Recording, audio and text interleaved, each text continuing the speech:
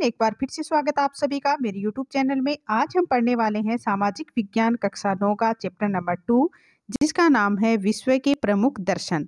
तो गाइज, हमने जो हमारा आधा चैप्टर था इसको हमने पढ़ लिया है, जिसके अंदर हमने वैदिक दर्शन, जैन दर्शन और बौद्ध दर्शन को हमने आधा पढ़ लिया था, और जो बौद्ध दर्शन है उसको आधा आज इस वीडियो के अंतर्गत हम पढ़ने वाले हैं। तो इससे पहले अगर आपने अभी तक मेरे चैनल को सब्सक्राइब नहीं किया है तो सब्सक्राइब वाले बटन पे जाके क्लिक करो, साथ में बेल आइकन की घंटी को भी प्रेस कर देना ताकि मेरे आने वाले वीडियो का नोटिफिकेशन आपको मिलता रहे। हम जो हमारा चैप्टर है विश्व के प्रमुख दर्शन, तो इसमें बौद्ध दर्शन को हम पढ़ने वाले हैं। महात्मा बुद्ध ने अपने इन सिद्धांतों का प्रतिपादन उस युग में प्रचलित रूढ़िवाद का तर्क युक्त खंडन करते हुए किया। अपने स्वतंत्र दार्शनिक चिंतन का भी प्रतिपादन किया। बुद्ध तर्क पर बहुत बल देते थे। अंधश्रद्धा में उनका विश्वास नहीं था, अतः उन्होंने वेदों की प्रामाणिकता का खंडन किया। वेदों का खंडन करने के साथ ही उन्होंने ईश्वर को सृष्टिकर्ता के रूप में नहीं माना। यानी जो महात्मा बुद्ध है उसने अपने जो सिद्धांत हैं उनका प्रतिपादन उस युग में प्रचलित जो रूढ़िवाद है उसका तर्क युक्त खंडन करते हुए किया था। और उन्होंने अंधश्रद्धा में विश्वास नहीं था, और उन्होंने वेदों की जो प्रामाणिकता है उसका भी उन्होंने खंडन किया था, क्योंकि वेदों का खंडन करने के साथ ही उन्होंने ईश्वर की जो सृष्टिकर्ता है उसके रूप में है वो नहीं माना था ईश्वर को। तो इसी कारण कुछ लोगों ने बुद्ध को नास्तिक भी कहा है। महात्मा बुद्ध आत्मा की अमरता में विश्वास नहीं करते थे। उनके लिए आत्मा शंकास्पद विषय था।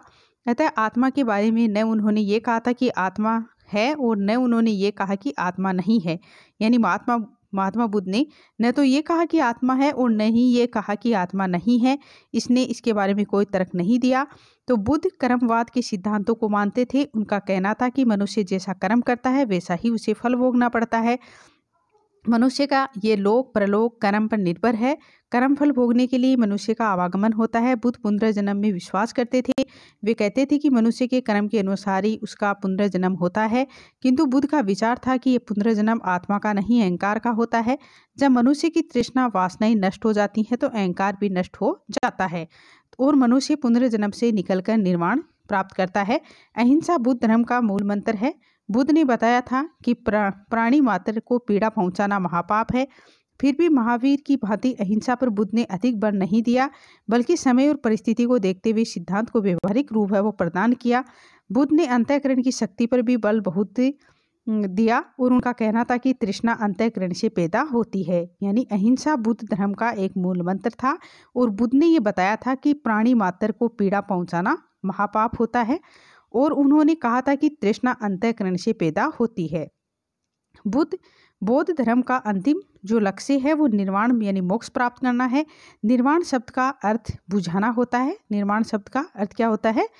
जो निर्माण है इस शब्द का अर्थ होता है बुझाना। अतः महात्मा बुद्ध का कहना था कि मन में पैदा होने वाली तृष्णा या वासना की अग्नि को बुझा देने पर निर्वाण प्राप्त हो सकता है। इस तरह जैन और बौद्ध मत ने वैदिक दर्शन में कालांतर में शामिल हुई रूढ़ियों को दूर कर उसमें नवीनता को शामिल करने का कार्य किया। अब हम पढ़ेंगे इस्लामिक दर्शन के बारे में। तो इस्लामिक के संस्थापक हजरत मोहम्मद थे। इस्लामिक के जो संस्थापक है वो कौन थे? हजरत महमूद। तो इनका जन्म है वो 570 ईस्वी में मक्का में हुआ था। इनके पिता का नाम अब्दुल्ला और माता का नाम अमीना था। पिता का देहांत मोहम्मद साहब के जन्म से पूर्व तथा माता का देहांत उनकी बाल्यावस्था में ही हो गया था। इनका लालन पालन इनके दादा द्वारा की गई व्यवस्था के अनुसार हलीला दाई ने किया, और महमूद साहब ने 25 वर्ष की आयु में एक विधवा स्त्री खरीजा से विवाह कर लिया। खरीजा की आयु उस समय 40 वर्ष की थी। वह हज़रत मोहम्मद साहब की ईमानदारी से बड़ी प्रभावित थी, लेकिन विवाह के बाद हज़रत मोहम्मद चिंतन में लीन रहने लगे। आप ये चित्र देख रहे हो मदीना की मस्जिद, जो इस तरह से दिखाई देती थी। इस्लाम के पूर्व अरब की जनता बहुदेववादी थी। वे मूर्ति पूजा में भरोसा करती थी। उनकी परिस्थितियों में वहाँ इस्लाम का उदय हुआ। हज़रत मोहम्मद को हीरा नामक गुफा में ईश्वरीय ज्ञान है वो प्राप्त हुआ था। तो उन्होंने अरबी जनता को संदेश दिया कि अल्लाह ईश्वर के सिवाय कोई भी पूजनीय नहीं है। यानी ईश्वर ही पूजनीय है, और जो अल्लाह है जो ईश्वर है इसके सिवाय कोई भी पूजनीय नहीं है, और मैं उसका पैगंबर दूत हूँ। उन्होंने काबा में रखे हुए 360 देवताओं की पूजा का विरोध किया। इस कारण से मक्कावासी नाराज हो गए, उनका विरोध करने लगे, जिसके कारण हजरत महमूद को मक्का छोड़कर मदीना जाना पड़ा। तो ये महत्वपूर्ण घटना इस्लाम में हजरत कहलाती है, और इस घटना से ही 622 ईसा ईस्वी से इस्लाम का हिजरी संवत शुरू होता है। मदीना पहुंचने पर हजरत मोहम्मद का सत्कार व स्वागत करने वाले अंसार मदद करने वाले कहलाई। यहीं से उन्होंने इस्लाम का प्रचार शुरू किया और मक्कावासी भी धीरे धीरे उनके विचारों को मानने के लिए तैयार हो गए थे तथा समस्त अरब जगत में उसके विचारों का प्रसार होने लगा। और 632 में उनकी मृत्यु के बाद उनके खलीफाओं ने विशाल साम्राज्य की नींव डाली। हजरत अबू बकर सिद्दीक, हजरत उमर फिरूक, हजरत उस्मान गनी, हजरत अली आदि खलीफाओं ने इस मजहब का खूब है वो प्रसार किया। इस्लाम का दार्शनिक चिंतन मुसलमानों के पवित्र ग्रंथ कुरान में संग्रहित है और ये चिंतन इस प्रकार से हैं। तो 5 जो मुख्य शिक्षाएं हैं वो इस प्रकार से हैं। पहली है मूल मंत्र यानी कलमा, अल्लाह यानी ईश्वर के सिवाय कोई पूजनीय नहीं है, महमूद उसके पैगंबर यानी दूत हैं, अर्थात इस्लाम एकेश्वरवाद में विश्वास करता है। दूसरी है नमाज, तो प्रतिदिन 5 निश्चित समय पर अल्लाह को श्रद्धा नमन करना। ये समय सूर्योदय से पूर्व, फजर, दोपहर, जोहर, तीसरा पहर, असर, सूर्यास्त, मगरिब तथा रात्रि शयन पूर्व ईसा है। तो शुक्रवार को बड़ी सामूहिक नमाज। तीसरा है रोजा यानी व्रत, तो रमजान के पूरे महीने में प्रतिदिन सूर्योदय से सूर्यास्त तक खाना पीना नहीं करना। और जक़ात यानी दान, यदि एक वर्ष में 7.5 तोला सोना या 52 तोला चांदी के बराबर या अधिक धन हो तो इसका 40वां हिस्सा है वो दान में देना। फिर है हज यात्रा, तो जीवन में कम से कम एक बार मक्का में मजहबी यात्रा पर जाना। इस्लाम की मान्यता है कि मनुष्य की मृत्यु के बाद अल्लाह उसके कर्मों का हिसाब कर उसे जन्नत अथवा दोज़ख प्रदान करता है। और इस्लाम के अनुसार ये भी जीवन अंतिम है, अर्थात इस्लाम पुनर्जन्म को नहीं मानता है। इस्लाम मूर्ति पूजा में विश्वास नहीं करता है। अब है ईसाई दर्शन, तो ईसाई दर्शन में क्या है कि ईसाई मजहब व दर्शन के संस्थापक ईसा मसीह थे और इसका जन्म है फिलिस्तीन की पहाड़ी भाग बेथलेहम में हुआ था। इनका पिता यूसुफ तथा माता मरियम बढ़ई का कार्य करते थे। तो ईसा मसीह ने अंधविश्वास से घिरे समाज को मुक्त करने की ठान ली थी। तो उन्होंने गांव-गांव जाकर लोगों को उपदेश दिया, उन्हें समझाया कि परमात्मा सबको समान दृष्टि से देखता है।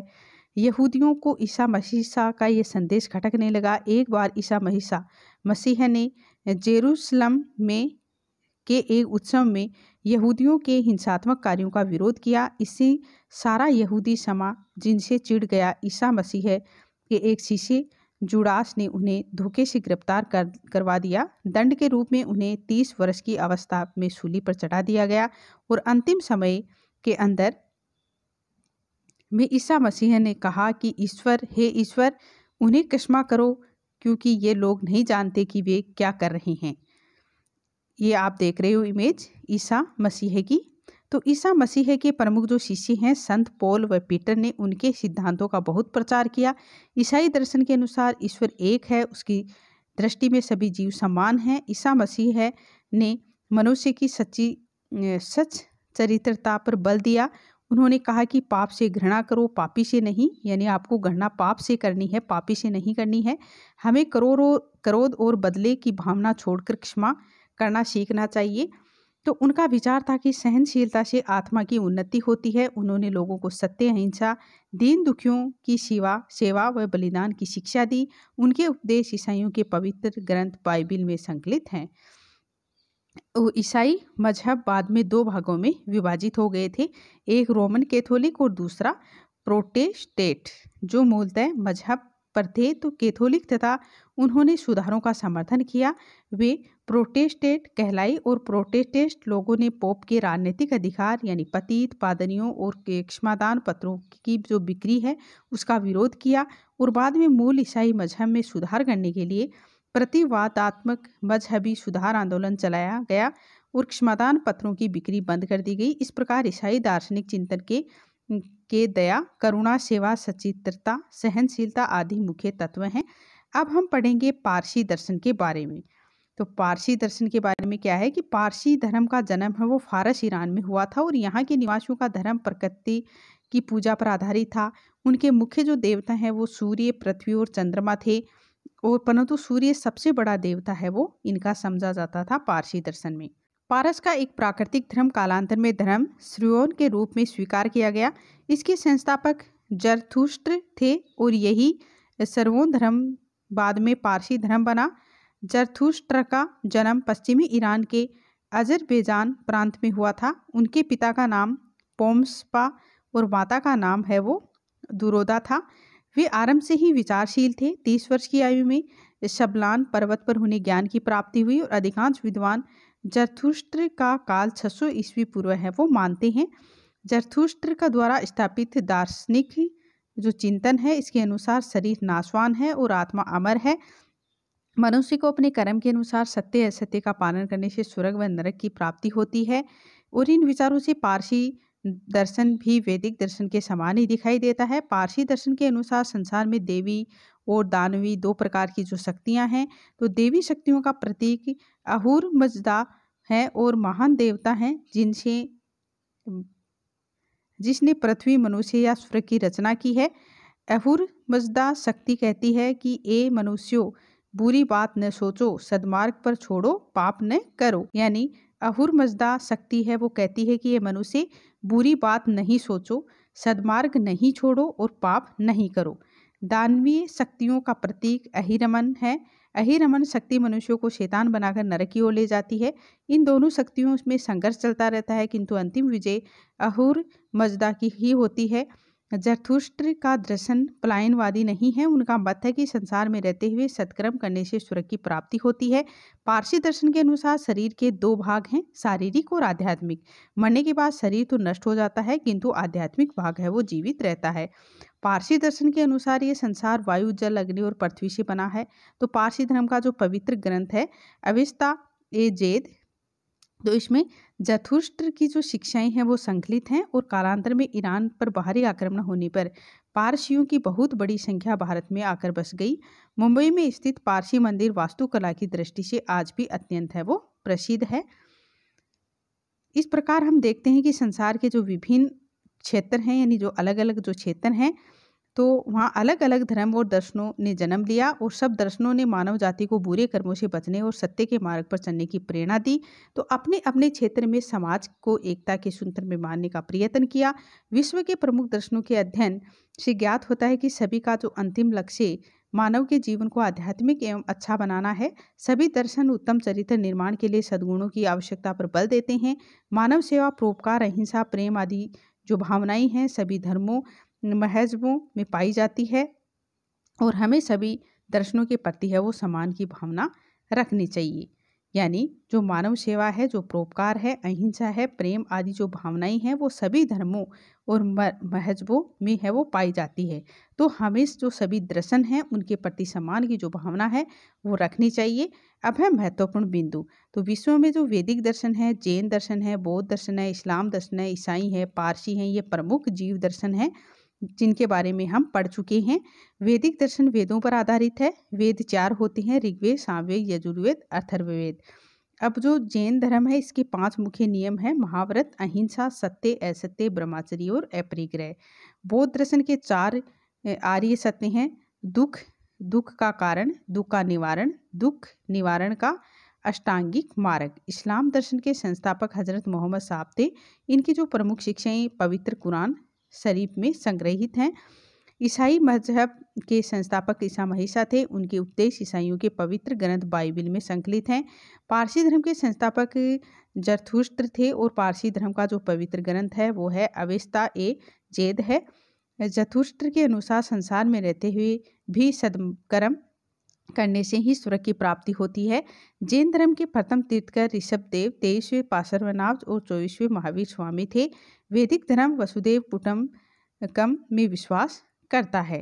वैदिक धर्म वसुदेव कुटुम्बकम में विश्वास करता है। तो इस तरह से गाइज हमने जो हमारा चैप्टर था विश्व की जो प्रमुख जो दर्शन हैं तो उनको हमने पढ़ लिया है, जिसमें हमने वैदिक दर्शन, जैन दर्शन, बौद्ध दर्शन, इस्लाम दर्शन, ईसाई पारसी दर्शन है, इन सबको हमने विस्तार से पढ़ा है। अगर आपको मेरा ये वीडियो अच्छा लगे तो प्लीज़ मेरे वीडियो को लाइक करें, ज़्यादा से ज़्यादा शेयर करें और चैनल को सब्सक्राइब करना ना भूलें। Thank you guys.